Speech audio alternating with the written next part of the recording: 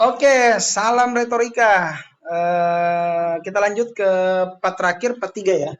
Tentang membedah semua soal, peluang kemungkinan, dan kira-kira bagaimana pembobotan nilai nanti dalam saat tes pelaksanaan kompetensi kognitif dan juga tes manajemen koperasi. Nah, di sini Pak Ketua sempat download dan juga cari referensi terkait undang-undang perkoperasian. Dan ternyata Pak Ketua itu ketemu dua undang-undang. Yang pertama itu Undang-Undang Nomor 17 tahun 2012 dan Undang-Undang Nomor 25 tahun 1992 sama. Esensinya tentang membahas perkoperasian ya. Cuman kalau kawan-kawan searching nanti akan tetap ketemu atau minimal akan muncul dua referensi ini. Ini wajib hukumnya ya, wajib penting di highlight dan digarisbawahi bahwa undang-undang koperasi yang digunakan saat ini dan masih berlaku itu adalah yang ini. Guys ya, Undang-Undang tahun 1992 nomor 25 ini. Nah, kenapa akhirnya ini yang dipakai dan bukan yang ini?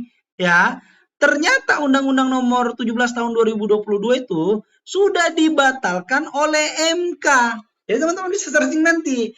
Jadi takutnya nanti pada saat kawan-kawan belajar, karena ini akan berkaitan dengan soal ya, soal untuk tes manajemen koperasi, kawan-kawan akhirnya terkecoh atau mungkin membaca kedua-duanya. Ya, walaupun memang di pedoman seleksi ya, silakan koreksi kalau Pak Ketua salah, tidak disampaikan rujukan undang-undang koperasi mana sih yang harus dibahas, yang cuma disampaikan bahwa nanti kita itu akan ada tes manajemen koperasi yang itu 20 soal ya, dengan nilai 5 poin ya per soalnya.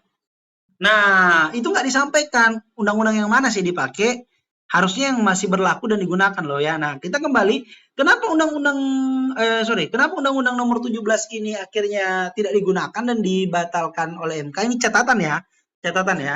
Nah, sejauh yang Pak Ketua tahu, ternyata Undang-Undang Nomor 12 ini itu menghilangkan atau mungkin bahasa kita apa sih, kayak mengesampingkan kali ya, bahasa halusnya mengesampingkan prinsip-prinsip dasar dari pekoperasian yang sudah disahkan di tahun 92 ini guys.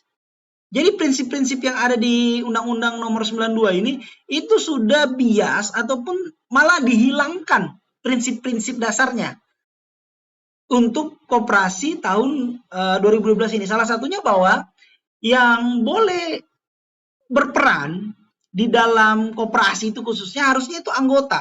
Kalau di sini tidak harus jadi anggota, bisa jadi orang luar. Yang penting dia itu tenaga profesional. Nah kan kalau mengandalkan tenaga profesionalnya agak bias ya. Ya kan bisa jadi juga bukan orang profesional, tapi karena kenalan doang. Dan itu banyak kasus. Sehingga disinyalir bahwa Undang-Undang Nomor 7 tahun 2012 itu melanggar prinsip sosial yang seharusnya menjadi dasar koperasi untuk dijalankan.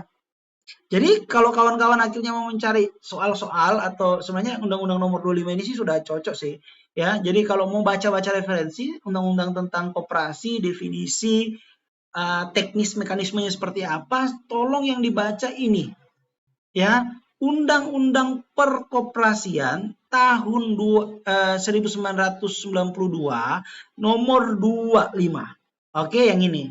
Jadi itu aja yang Pak Ketua mau sampaikan. Silakan kawan-kawan kalau ada mau didiskusikan, ditanyakan, kita buka kolom komentar. Oke, salam retorika.